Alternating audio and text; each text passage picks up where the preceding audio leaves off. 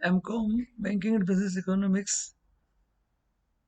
Research methodology के paper के अंतर्गत आज का टॉपिक है स्टेप्स ऑफ साइंटिफिक रिसर्च।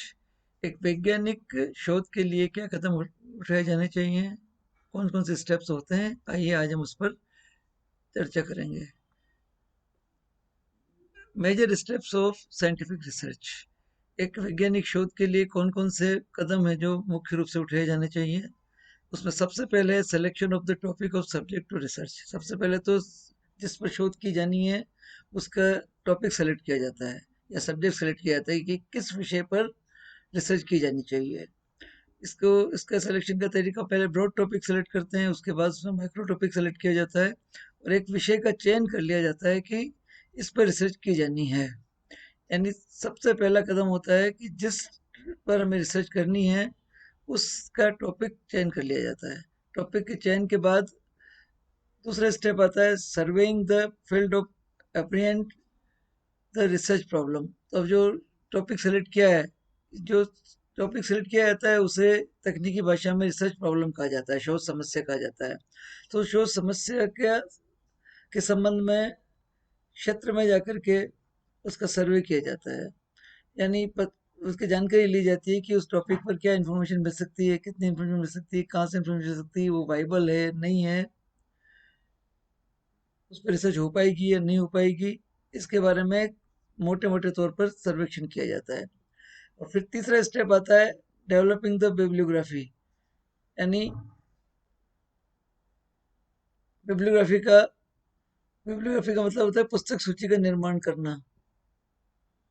पुस्तक सूची का निर्माण किया जाता है, यानी इस शोध से संबंधित कौन कौन सी पुस्तकें उपलब्ध हो जाएगी, कौन कौन सी पुस्तकें की आवश्यकता होगी, और इसके लिए पुस्तकालयों पर में उपलब्ध पुस्तकें देखी जाती है, नेट पर उपलब्ध पुस्तकें देखी जाती है और एक पुस्तक सूची का निर्माण कर लिया जाता है।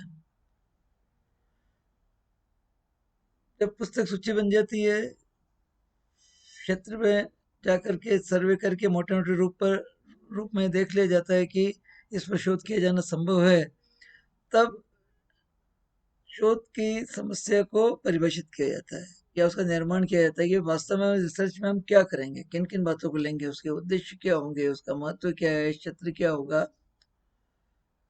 उसका महत्व क्या है, क्राइटेरिया क्या रहेगा, कौन सा रिसर्च के को पूरा करेगी। इस तरह से एक उसको डिफाइन किया जाता है, उसको एलोबरेट किया जाता है कि वास्तव में हम किस पर शोध करना चाह रहे हैं। फिर अगला स्टेप आता है classifying the information according to their relation. अब जो इंफॉर्मेशन प्राप्त हुई है, अब तक जो मोटे मोटे तौर पर इंफॉर्मेशन कलेक्ट की गई है, सूचनाएं कलेक्ट की गई है, उनको क्लासिफाई किया जाता है उनकी विशेषता को देखते हुए, उनके संबंधों को देखते हुए, ताकि एक मोटे रूप में एक स्केच या खाका तैयार हो जाए। जब ये एक स्केच या खाका तैयार हो जाता है, तब तथ्यों का निर्धारण किया जाता है कि कौन से तथ्य हम संकलित करेंगे, प्राइमरी डेटा लेंगे या सेकेंडरी डेटा लेंगे, पुराने उपलब्ध डेटा लिए जाएंगे या नए डेटा जनरेट किए जाएंगे।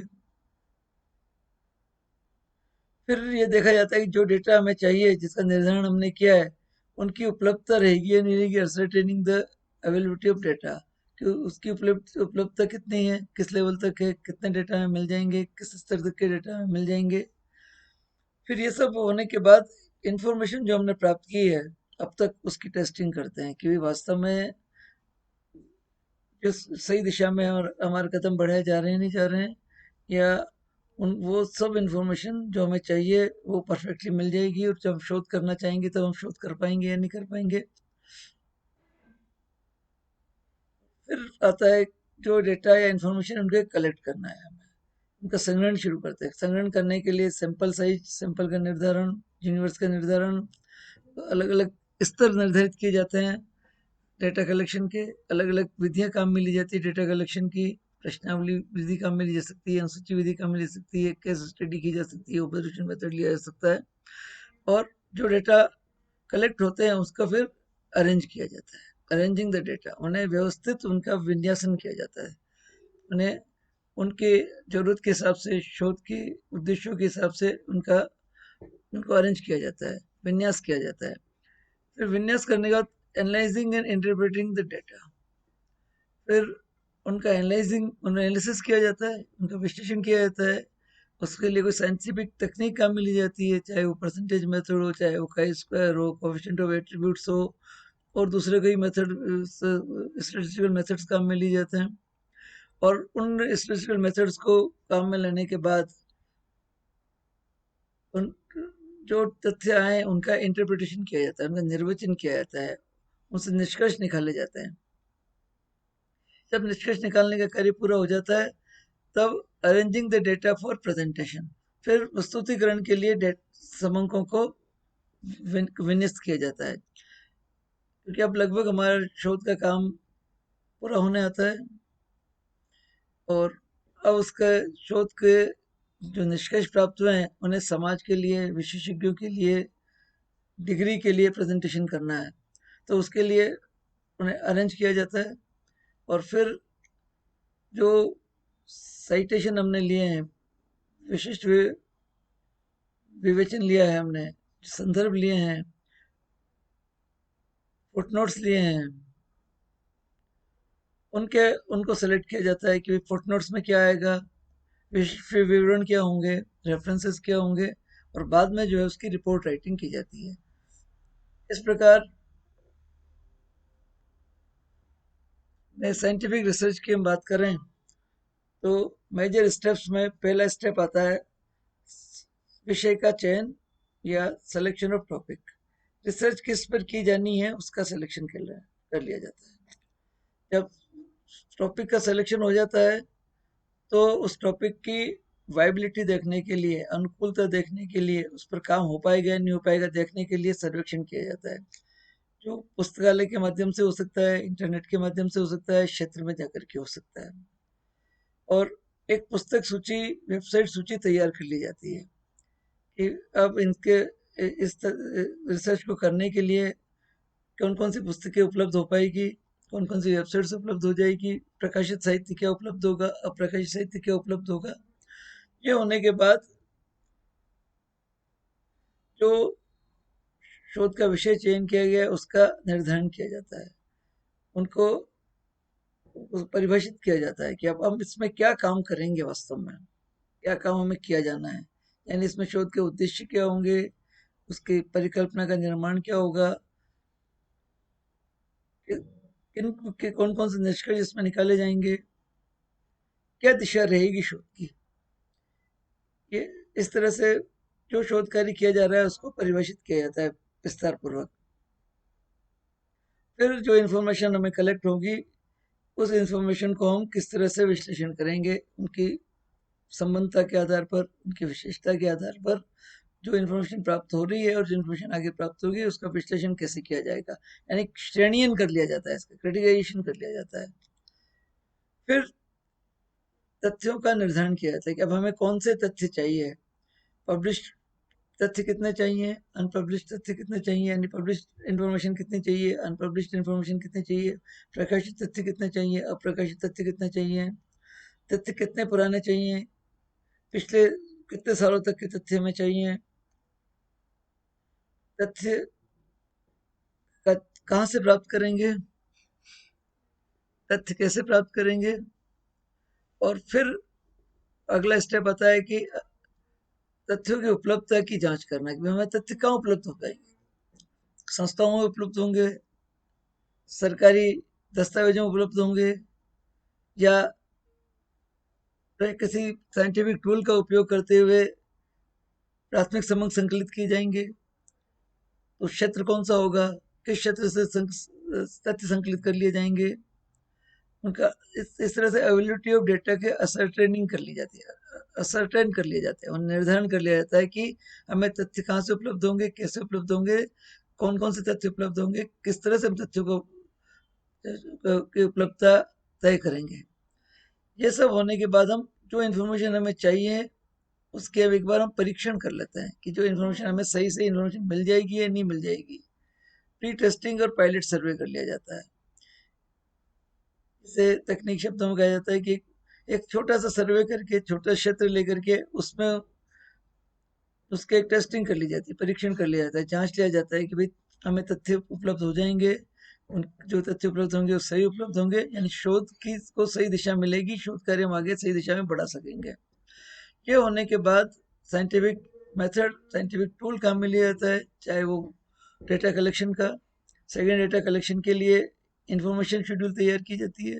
प्राइमरी डेटा कलेक्शन के लिए प्रश्नावली तैयार की जाती है। वैयक्तिक प्रश्न अनुसूची तैयार की जाती है। साक्षात्कार अनुसूची तैयार की जाती है। वैयक्तिक अध्ययन के लिए रूपरेखा तैयार की जाती है। परीक्षण, ऑब्जर्वेशन, निरीक्षण जो है वो तकनीक के लिए रूपरेखा तैयार की जाती है। और तथ्यों का संकलन किया जाता है। तथ्यों को संकलन करने के लिए सैंपल न्यायाधीश की विधि का चयन किया जाता है, कौन से न्यायाधीश काम में लिए जाएंगे, न्यायाधीश का आकार क्या होगा, यूनिवर्स का आकार क्या है, न्यायाधीश किस तरह से निर्धारित किए जाएंगे।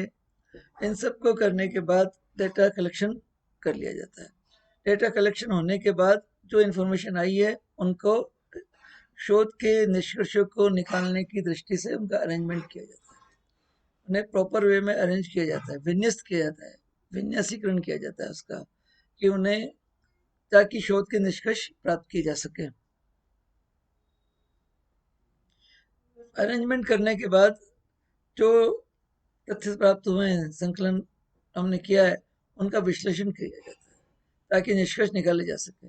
विश्लेषण के लिए वैज्ञानिक तकनीक काम में ली जाती है, सांख्यिकी तकनीकें काम में ली जाती है, पर्सनल ऑब्जर्वेशन भी काम में लिया जाता है। और एक बार किसी भी साइंटिफिक टेक्निक को काम में लेकर के उनका विश्लेषण कर लिया जाता है। विश्लेषण होने के बाद उसका निर्वचन किया जाता है, उससे निष्कर्ष निकाले जाता है, इंटरप्रिटेशन किया जाता है उनका। उस विश्लेषण के आधार पर क्या निष्कर्ष निकल रहे हैं, क्या निर्वचन हो रहा है और किस निष्कर्ष पर हम पहुंच रहे हैं, जो परिकल्पनाएं हमने तय की थी उनका पुष्टि कितनी हो रही है, पुष्टि हो रही है, अपुष्टि हो रही है। इस तरह से इंटरप्रिटेशन कर लिया जाता है। इंटरप्रिटेशन करने के बाद जो शोध कार्य किया है वो कार्य एक रॉ फॉर्म में हमें उपलब्ध हो जाता है, कच्चे प्रारूप में हमें उपलब्ध हो जाता है। उसे प्रस्तुत समाज के लिए, विद्वानों के सामने डिग्री के लिए प्रेजेंटेशन करने के लिए उनका अरेंजमेंट किया जाता है, जैसे कहा जाता है arranging the data for presentation. और उन तथ्यों को प्रेजेंट किया जाता है, एक व्यवस्थित तरीके से उन्हें प्रस्तुत किया जाता है। और जब प्रस्तुतिकरण करते हैं तब हम विशिष्ट वचन जो हैं उनका चयन किया जाता है, साइटेशन कहाँ रखे जाएंगे, रेफरेंसेस कहाँ दिए जाएंगे, फुट नोट्स कहाँ दिए जाएंगे, पाद टिप्पणियाँ कहाँ दी जाएगी। इस तरह से ये सब चीज तय हो जाने के बाद फिर मूल कार्य आता है रिपोर्ट राइटिंग का, यानी शोध की रिपोर्ट किस राइटिंग कैसे की जाए। शोध की रिपोर्ट राइटिंग का एक वैज्ञानिक तरीका है, उस तरीके से उसके एक एक स्टेप को लेते हुए, शोध का समस्या को समझाते हुए, रिसर्च मेथोडोलॉजी को उसमें डालते हुए, शोध के उद्देश्य बताते हुए, शोध के महत्व को बताते हुए, शोध की सीमाओं को बताते हुए, उसके बाद जो डेटा कलेक्शन का तरीके को बताते हुए, डेटा कलेक्शन की सारी इंफॉर्मेशन को देते हुए, उसके डेटा के विश्लेषण का, टेबुलेशन का है, इंटरप्रिटेशन है, और बाद में अंत में शोध के निष्कर्ष जो निकाले जाते हैं, समरी तैयार की जाती है, रेफरेंसेस दिए जाते हैं, फुटनोट्स लगाए जाते हैं, बिब्लियोग्राफी दी जाती है, अपेंडिक्स में जो उससे संबंधित और भी एनालिसिस वर्क दिया जाता है, और एक बहुत ही व्यवस्थित तरीके से, वैज्ञानिक तरीके से, अंडरस्टैंडिंग लेवल पे समझ आ सके उस भाषा का प्रयोग करते हुए रिपोर्ट तैयार की जाती है। और रिपोर्ट राइटिंग तैयार होने के बाद वो समाज के सामने, सरकार के सामने, नीतिकारों के सामने, विशेषज्ञों के सामने प्रस्तुत की जाती है। ये है major steps of scientific research. Thank you very much.